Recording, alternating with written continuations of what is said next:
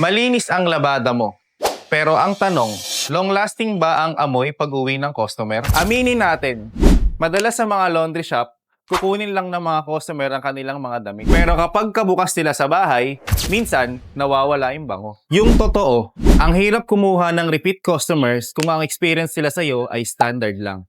Paano mo sila gagawing loyal kung hindi mo sila napawaw sa bango? Dito papasok ang Extreme Blooms Fabric Spray. Hindi lang ito basta pabango. Ito ang finishing touch para maging premium ang serbisyo mo.